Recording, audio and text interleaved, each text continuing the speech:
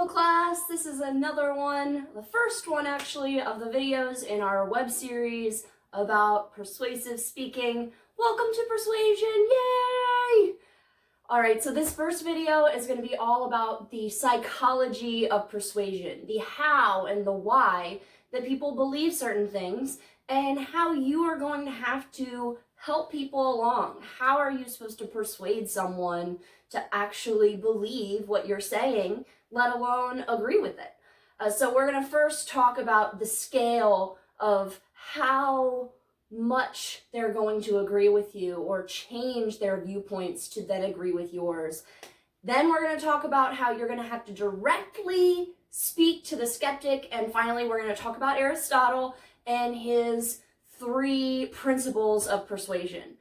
So first, we need to have a scale. Just like on those many surveys that you may have taken, from strongly opposed to strongly approve, strong, and then in the middle would be like a neutral, and then this is somewhat, from against, all the way to 4. Okay, so there is a scale that people are on. So if you initially gave a survey and someone said that I feel a certain way about jellyfish, that I am against jellyfish, then you would have to persuade them. But after your 5 to 7 minute speech, you might not take them from strongly opposed to 100% for. It's just not possible. So in persuasion, you have to really look for those realistic goals. Now, you might be like, hey, but I want people to vote for my candidate. I want people to do what I want them to do. And just remember that it takes time. So when I was in college, I had a roommate for literally all 4 years of college who had just come out to her parents. And when she first came out to her parents, they were strongly opposed, like not speaking to my kid anymore, not cool stuff sort of situation. Of course, she was very intelligent. She wrote things out. She made arguments. She sent letters. But then that, of course, may have taken her mother from strongly opposed to her coming out of the closet to maybe more of somewhat. You know, she was like, oh my God, my daughter came out and now I don't know what to do. I don't know what to think. I thought I was strongly opposed to that. Then her mother actually went to their family physician, and their family physician explained how it's perfectly normal, how it's perfectly healthy, how you need to support your children no matter what. And of course she knew that deep down. So she moved a little bit farther down the scale. We went to St. Joe's, very Catholic. She was very Catholic. And she spoke to some of the priests at St. Joe's, and they, of course, said things like, it's against the Catholic Church, but, we learn about loving and forgiveness. So she moved a little bit more farther down the scale. Literally, by the time we graduated, her mom was literally marching in pride parades with her. So I think even though it didn't happen in 1 year, it literally was like a 3 to 4 year period.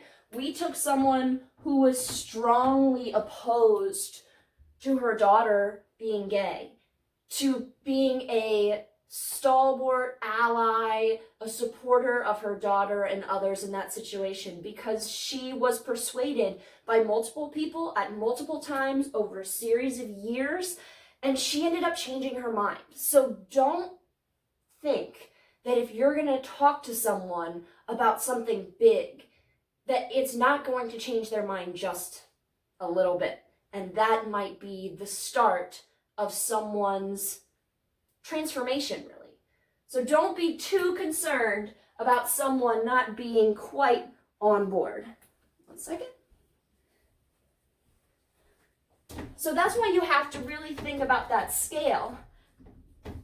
whether someone's opposed or against, because any small movement is going to be important. Now, the next thing I want to talk to you guys about is actually directly speaking to the skeptic. You have to actually ethically, if I was talking about the ethics of persuasion, I'd say that one of the really important things is to not just look at the information that supports your own side. Don't just read the same information from the same propaganda over and over again. Look at what your opponents would be looking at. Look at that other information that's out there, because that will make your position even stronger. So when I did speech and debate, debaters, a specific kind of debate called Lincoln Douglas, all year they would have one thing that they could debate about. Just one. Essentially, it would be something like, Congress should pass this bill about saving the world. Or one year I had a friend, an older friend, who was competing during September 11th, and they did a bill about security measures versus privacy. And so she had to debate for higher security measures. Interestingly, you learn the entire year about both sides of the argument. And then when you get to the actual competition, you essentially flip a coin to see whether you are debating for or against. So you had to be very well spoken about both sides.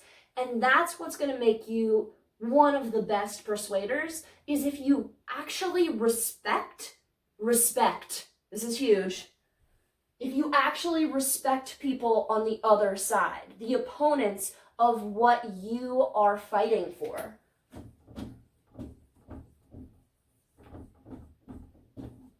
If you are big into politics and you want someone to agree with your stance on civil liberties or your stance on essentially anything, you have to respect the people on the other side, because they're not just trying to diss you. They have good reasons as well. And if you just disregard them and think of them as ignorant, they're not going to take your persuasion very well.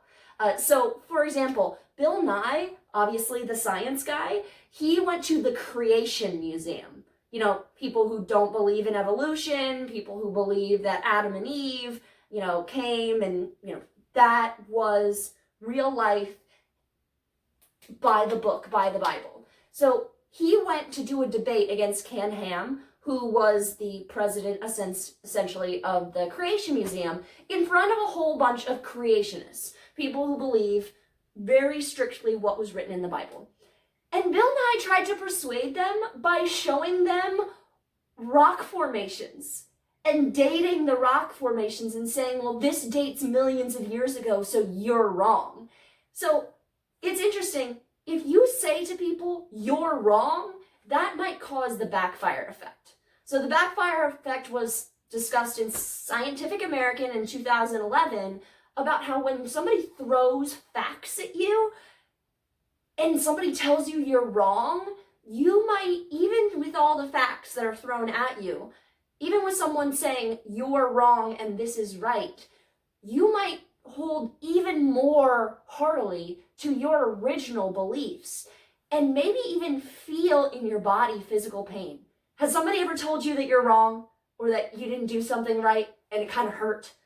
That's what happens, so don't do that. Now, one of the ways that you really can directly speak to the skeptic and say, hey, I want to speak directly to your arguments respectfully, that's when you're going to do really well. So once again, when I was at St. Joe's, I had a professor named Father Dr. Braverman, and he was an evolution professor, but he was also a priest in the Catholic Brotherhood of Jesuits.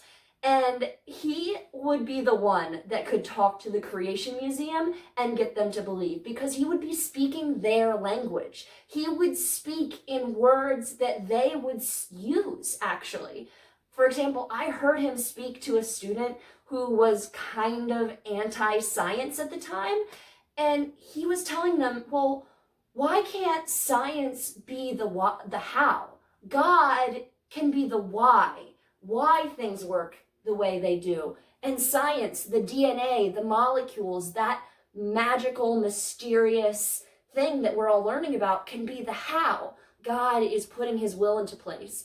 And it was really interesting because he made this student really think. He directly spoke to a skeptic and was like, hey, let me speak in your language. Let me respect you as a person, but I'm going to directly talk about the arguments that you care about. And he actually turned that person around. So let's just remember, we have to learn about the arguments of the other side. And when we speak to people directly, we have to be respectful. Okay, so now we have to get to Aristotle, the big three, the logos, pathos, and ethos, those principles of persuasion. Now, Aristotle realized, and we all realized years and years and years after, that the best way to persuade a person is to have all three of these principles in place. We need the logos, we need the pathos, and we need the ethos, and we need all of them. If we don't have all of them, we don't have a good persuasive argument. So first you need the logos. The logos is the logic, the reasoning, the evidence. That's what you do research for. You look at the databases, you go online, you get evidence, you get examples, statistics, testimony. You use argumentation, you use reason. That is very important. But as I said, you can't just throw facts at people. That's going to get you to that backfire effect. People are not going to like it. So what you should add is pathos. One of my students said to remember pathos, he always thought pathetic because it's the emotion. So you want to tell stories. You want to use vivid imagery. You want to have an emotional tone. You want to use pauses to your advantage and really feel what you're talking about when you're discussing it with the audience. Pathos is so important to get people to actually feel what you're talking about. And it can't just be facts and logic. It needs to be emotions.